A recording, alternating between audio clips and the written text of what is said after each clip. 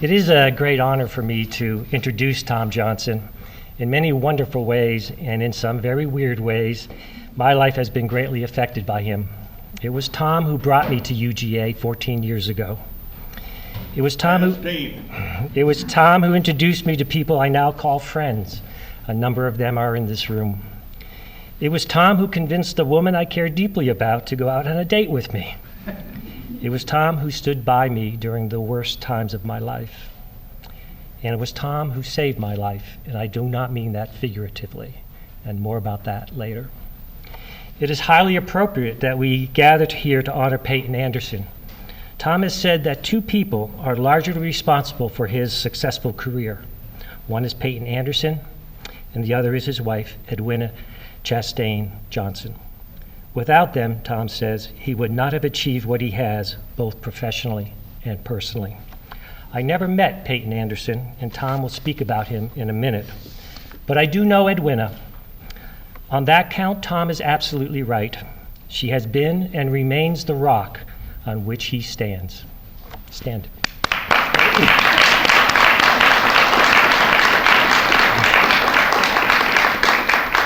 And now for the rest of my life, Edwina won't speak to me. I won't give you a litany of Tom's life and career. You can find that documented quite well on Wikipedia. What I do want to talk about is what Tom built. Tom is an enabler. He builds news organizations so that reporters and editors can work at the very highest levels of journalism. It is rare to have the privilege to build one news organization. Tom built two major news organizations, the Los Angeles Times and CNN. Up until the latter half of the 20th century, the LA Times, which was owned and controlled by the Chandler family, was considered to be one of the 10 worst newspapers in the United States. Its politics were conservative, its focus was provincial, and its journalism was largely ignored and scorned. There wasn't much hard-hitting journalism done at that newspaper.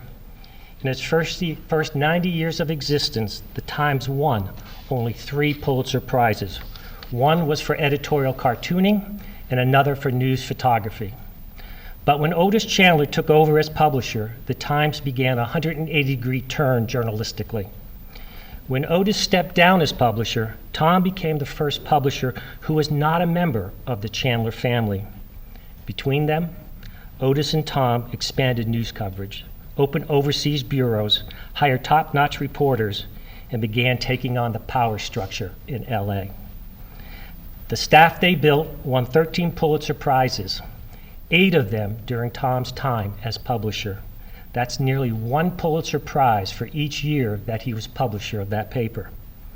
The LA Times went from one of the worst newspapers in this country to one of the very best. Not all of the Times reporting sat well with powerful members of the Chandler family, and Tom was forced out as publisher. And that paper has experienced nothing but rocky times ever since. Tom has always said that he was very fortunate to work with great bosses like Otis Chandler, people dedicated to journalism and willing to spend the money necessary to deliver the highest quality news. One of those bosses was Ted Turner, who hired Tom to run and build CNN, and build it he did. Under Tom's leadership, CNN literally became a worldwide brand. The coverage of the first Gulf War put CNN on the map. It was the only network to have a correspondent in Baghdad. It blew away all other network news coverage of the war and firmly established CNN as a network committed to the highest quality journalism. By the time Tom retired from CNN in 2001, CNN had spread internationally and racked up numerous journalism awards, including 8 Peabody Awards, considered to be the most prestigious award in electronic media and housed here in the Grady College. And CNN is still the network to turn to for breaking news. My son was in Paris when the terrorist attacks occurred. In fact, he was on his way to a restaurant near the Bataclan where so many innocent people were slaughtered. As a very, very worried parent, I needed to know what was happening. And of course, I turned on CNN and began relaying news to my son when he was locked down in that restaurant. CNN's coverage helped this very, very concerned and anxious parent. Tom's achievements in journalism is a prodigious list. But there is another side to Tom that a few in this room are aware of, but which I think deserves special recognition. Tom suffers from depression, and he has been very upfront and public about it. He frequently speaks on the topic and helps to raise money for mental health institutions like Skyland Trail in Atlanta. But Tom doesn't talk much about what he has done to help people who suffer from depression. Finding appropriate treatment for depression is not easy. Depression is a very treatable illness if you can find the right doctor. But few physicians have any significant training in psychiatry, and even fewer in psychopharmacology. Because Tom spoke publicly about his depression, he became the go-to guy for many people suffering from that disease. Tom told me that nearly 200 people have contacted him about their or a loved one's depression, and he has helped all of them. This disease is too often life-threatening, and needlessly so. Some of those Tom helped did not make it, but most did, and he stuck with them throughout their treatment. It's impossible to say how many lives Tom saved, but I can say with clear certainty that Tom saved mine. He was there for me when I needed him, and for that, I thank him. I give you Tom Johnson. Most texts on public speaking warn against giving an apology at the beginning. Instead, most of those texts recommend that you open with humor. Today, I'll start with both. First, the apology. Bill Moyers was to have been your speaker this afternoon. However, circumstances are such that Bill could not attend. Sadly for you, I am his replacement. Bill would have been better. Next, a true story. It was on this campus in 1962 that I met a very cute, sexy co-ed named Edwina Chastain of Athens. A Sigma Nu fraternity brother of mine and a KD sorority sister of hers arranged our first date. That first date and one other were not good ones.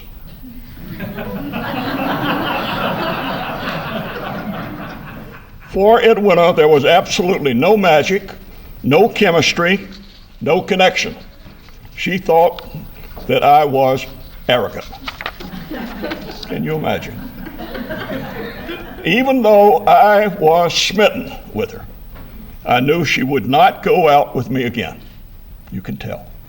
As a result, I decided not to call her back for a third date. It was obvious to me that I was not quite the famous man on campus that she had been dating, an all-American guard who went on to become the head football coach at Auburn. After all, I was a journalist, not a jock. However, 6 months later, Edwina and her sorority sisters were visiting the Sigma Nu house for a social. As I was leaving to go to work on the red and black, she and her friends were coming in the back door. When we saw each other, she said, and this is an exact quote, "You are on my blacklist." I asked why. She said, "You never call me back." Well, sensing a slightly flirtatious moment in time, this time I did call her back. There was magic this time, and a few months later, I proposed to Edwina in a wonderfully romantic setting. It was in the business office of the Red and Black. And I should tell you that my proposal was elegantly phrased. I said, and I think this is the exact quote, "Isn't it time to get the ring?" To which she answered, "What ring?" Now, because I was nearly broke, Don Roundtree can attest to this, I bought the finest $200 ring that we could find at Foster's Jewelry here in Athens, and we were married at First Baptist Church on December 29, 1963, almost 52 years this month. Peyton Anderson, the person that we honor today, opposed our marriage. He said that we should wait until after my graduation from Harvard Business School. For what I think was the only time that I did not follow Peyton's advice, I proceeded to marry Edwina. I seriously feared that she would be lost to the friendly skies of Delta Airlines, since she was very interested not only in me, but also in becoming a flight attendant where she could see the world. Well, as it turned out, she didn't need to fly for Delta to see the world. Our lives have taken us to many of the most interesting places on the globe.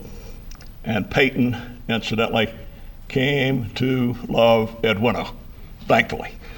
Over the years, many people have asked what inspired Peyton to support me to attend the Grady College, to attend Harvard Business School, and then to support me for a White House fellowship in 1965. Late in life, he answered that question.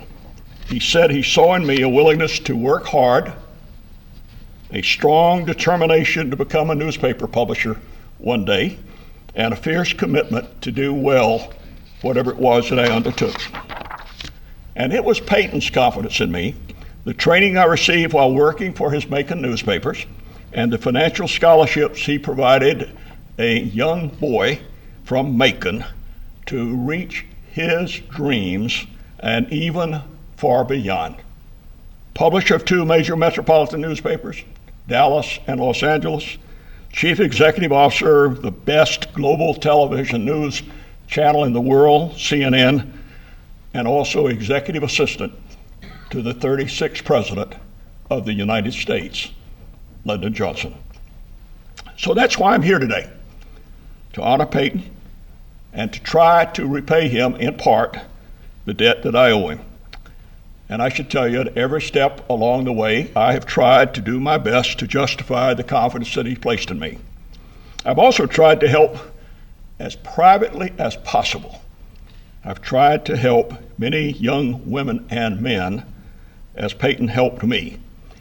As soon as we could afford to do so, and we didn't have much to do it with, we established the Peyton Anderson Scholarships here at the Grady College.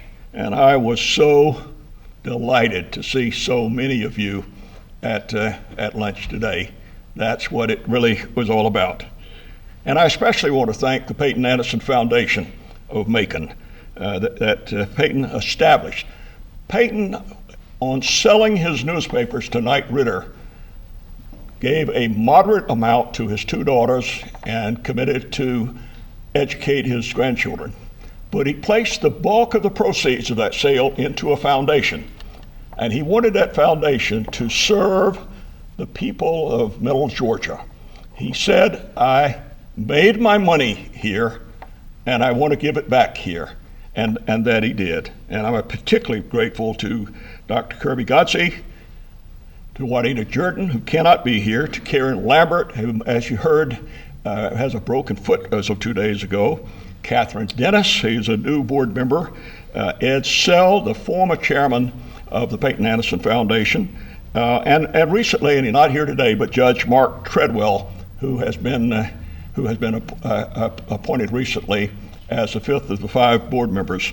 I just want to thank them and have all of you know, as you look at that Peyton Anderson Forum upstairs, the technology that was explained today at lunch by David Hazinski and Jack Womack, that the Peyton Anderson Foundation put $500,000 of their resources into this, and I think we ought to owe them a big applause. Thank you.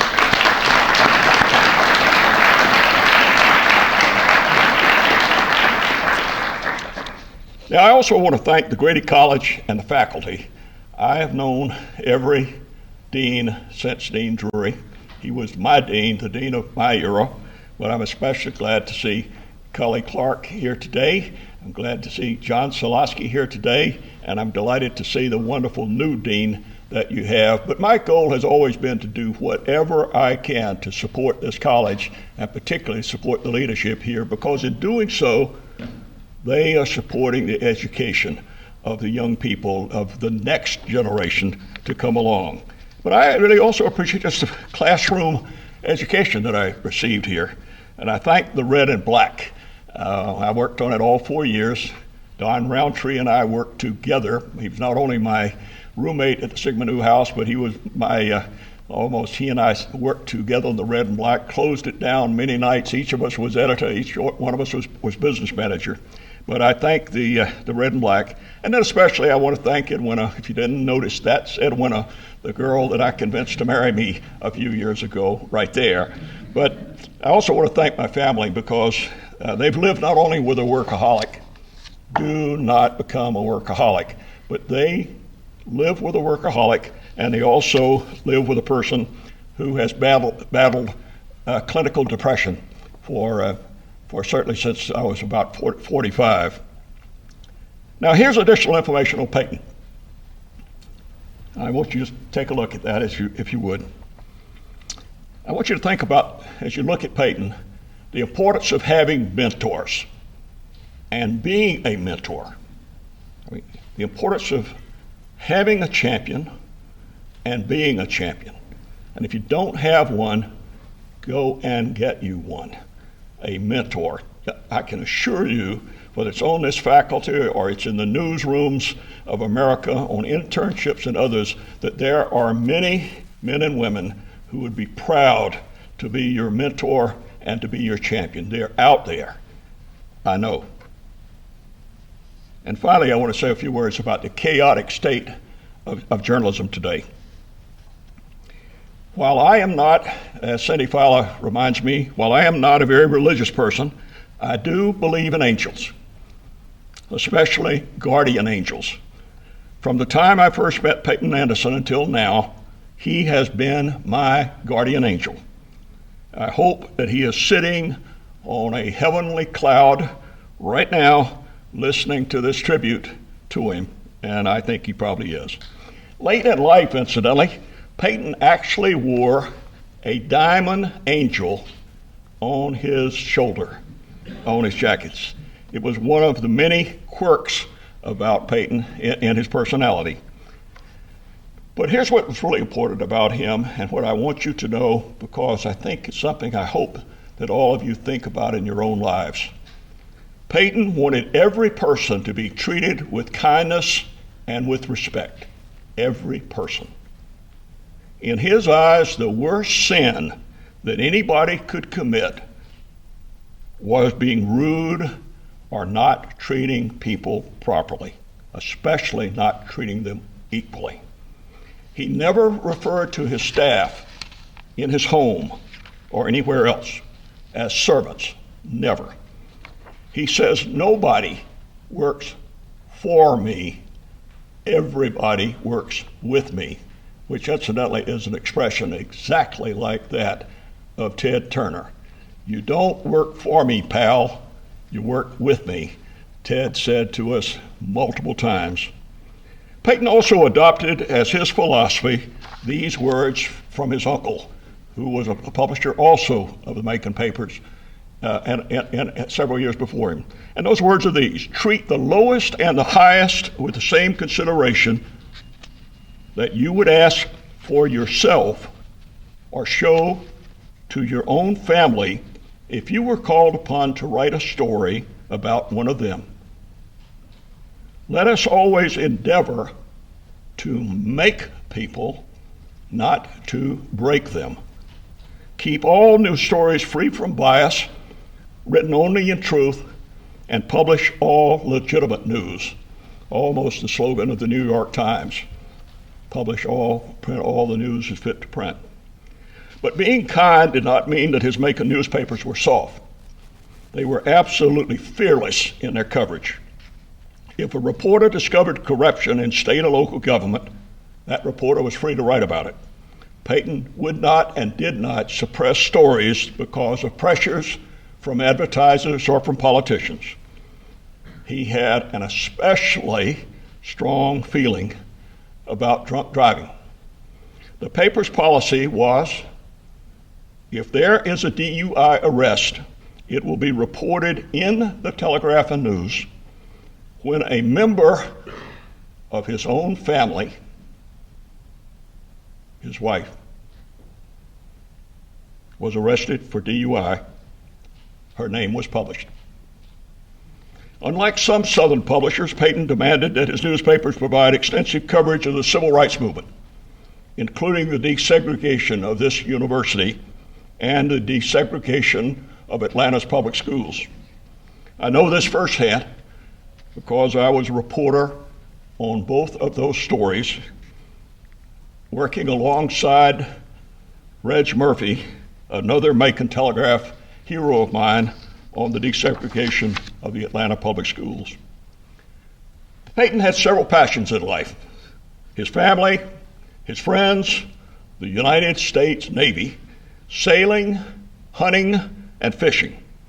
He was awarded the Bronze Star for his Navy service in the Pacific, and he served for many years proudly on the board of the United States Naval Academy, which he had attended. He loved Macon. He didn't want his family or his staff to shop in Atlanta or in New York or any other place.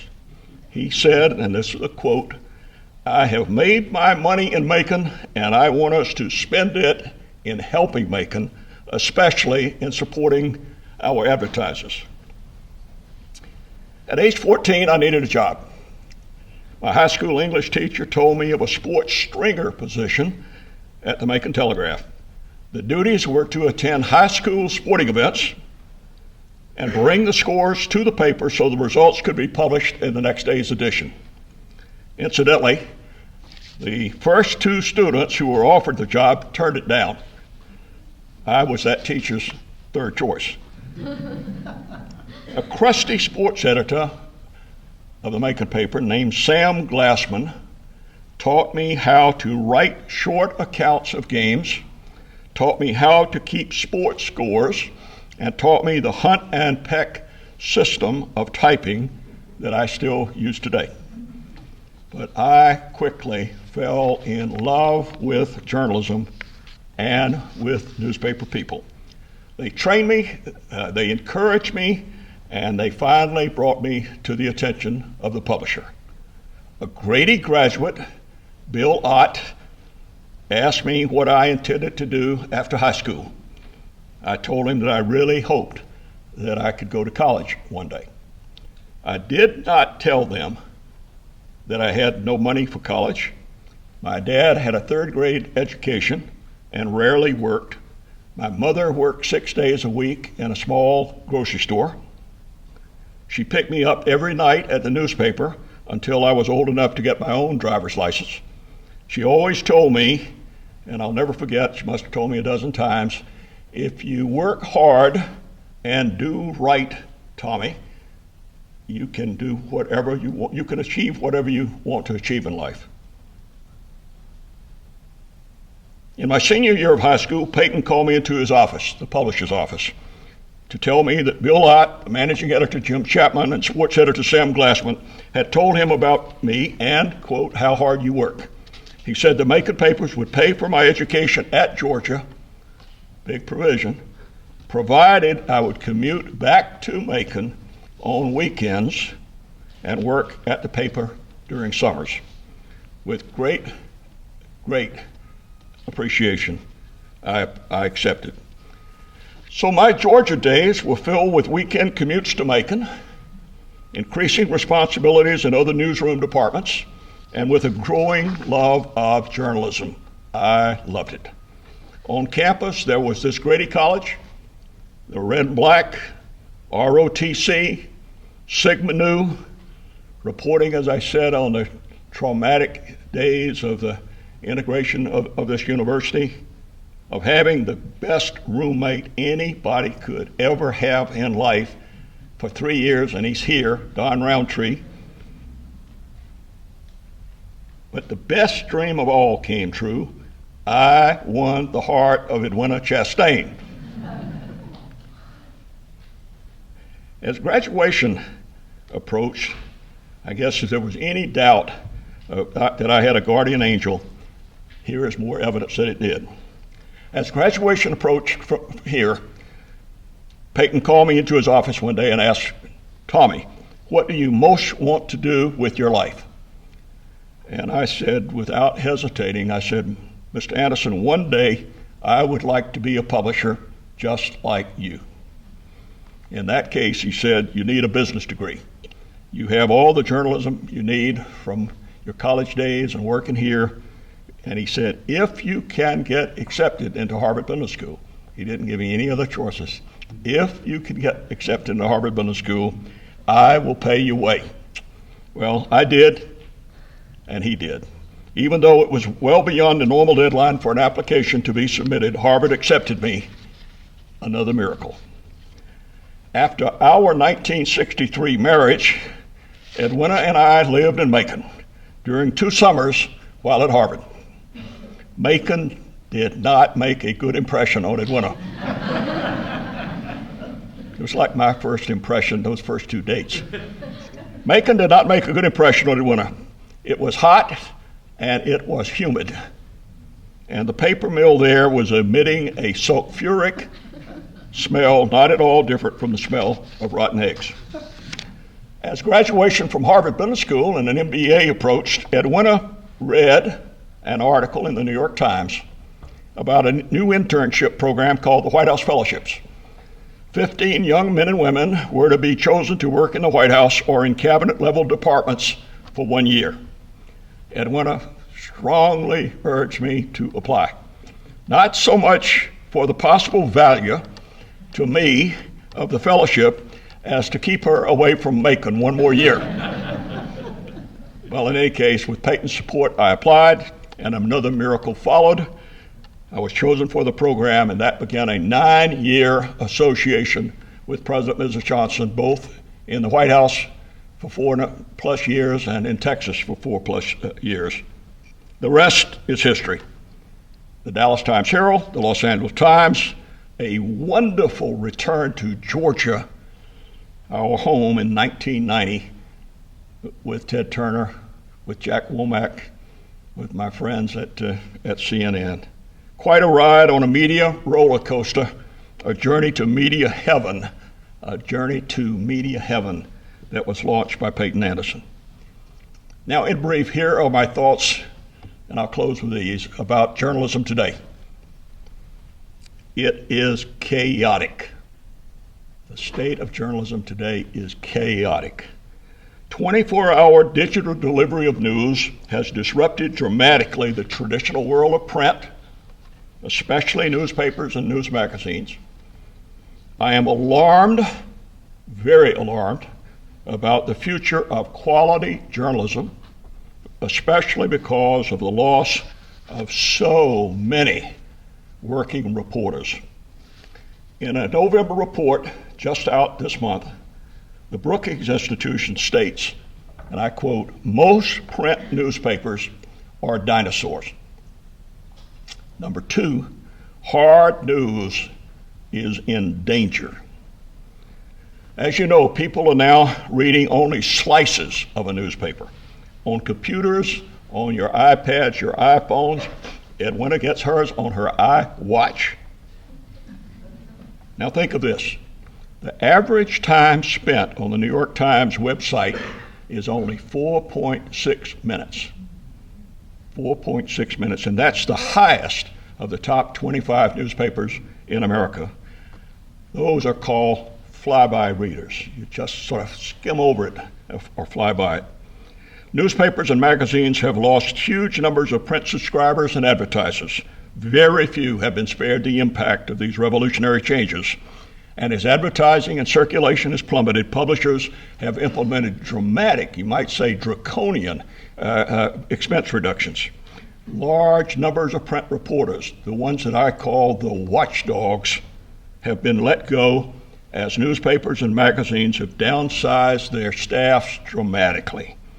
My former newspaper, the Los Angeles Times, reduced its newsroom staff from 1,200 reporters, editors, photographers when I was there to 500 today, from 1,200 to 500. Once the largest metropolitan circulation daily in America, its circulation grew to 1.25 million in 1990. Today, it's 600,000. You can see almost a half of what it was. But despite all of this chaos that you're seeing, there remain excellent newspapers and excellent news services, thankfully. The Los Angeles Times, the New York Times, the Washington Post, the Associated Press, the Wall Street Journal, and a few regional papers. The Atlanta Journal-Constitution, incidentally, still provides very strong investigative journalism. It almost is their most powerful niche, and we've seen it these past years just on the investigation of the Atlanta public schools. Overall, there are fewer reporters out there covering the news, and especially from print. Those people from print were the watchdogs of our democracy. They have been watching our local, our state, our federal government. They have watched our political candidates and elected officials. They've watched our businesses and our judicial system, our law enforcement. They've watched the safety of our skies. They've watched our military interventions, whether it's Iraq or Iran or what could be, Afghanistan. They even have watched our own profession, journalism. They've been the watchdogs of our own profession, which we've needed. To pry the lids off secrets that a democratic society really needs. And no matter how you feel, we now know a great deal more about, from years ago, Watergate, and even more recently, the NSA interceptions of our own personal phone calls and messages. I urge all of you to go see the movie Spotlight. It shows why reporters are so needed. It is fresh out, Spotlight. It shows why journalism matters. Spotlight is the finest newspaper movie, I think, of this era. Thankfully, there are also, for those of you who are students, there are also some exciting new developments in the field. New media doing excellent journalism. Politico is the best example that I know, Politico. So is ProPublica, a nonprofit news gathering project founded by the former Wall Street Journal reporter Paul Steiger. But unfortunately, the internet of today is filled with unreliable information. It's filled with information that is not fact-checked. It is not edited. It cannot be trusted. Then there are the ideologically based news services. One news channel, Fox, is full of conservative talk shows mixed often with solid reporting. There is one news channel, MSNBC, that's full of liberal talk shows mixed often with solid news reporting. There is one news channel, CNN, that still strives to be nonpartisan, to be independent, to be worthy of your trust, and by the trust of all sides, and yet it's now struggling in viewer levels well behind Fox News, which often captures audiences as large as CNN and MSNBC combined. Fortunately, however, the online services of CNN are spectacular and have been growing. CNN.com in its many multiple forms, including all of its international languages, a dynamite success in that field. Many people are rightly concerned, though, about the standards of journalism today. As a profession, we are not trusted by a majority of the public. In the 60s, I was taught here and at the Macon Telegraph that reporting is supposed to be accurate, it's supposed to be fair, it's supposed to be responsible. I was taught that we would report the news without an ideological bent. The rules of journalism that I was taught at the Macon Telegraph and at the Grady College were these. First, get it right. Be accurate. Tell the truth. Demand excellence of yourself and of those around you. Be fair. That was the one and only rule that Ted Turner gave us at CNN. Be fair. Never compromise on your principles. Integrity is needed as never before. Bill Moyers conveyed that to me repeatedly. Having two or more sources. does not assure that you have the truth. I can tell you from very painful personal experiences at CNN with 3 stories that turned out to be false.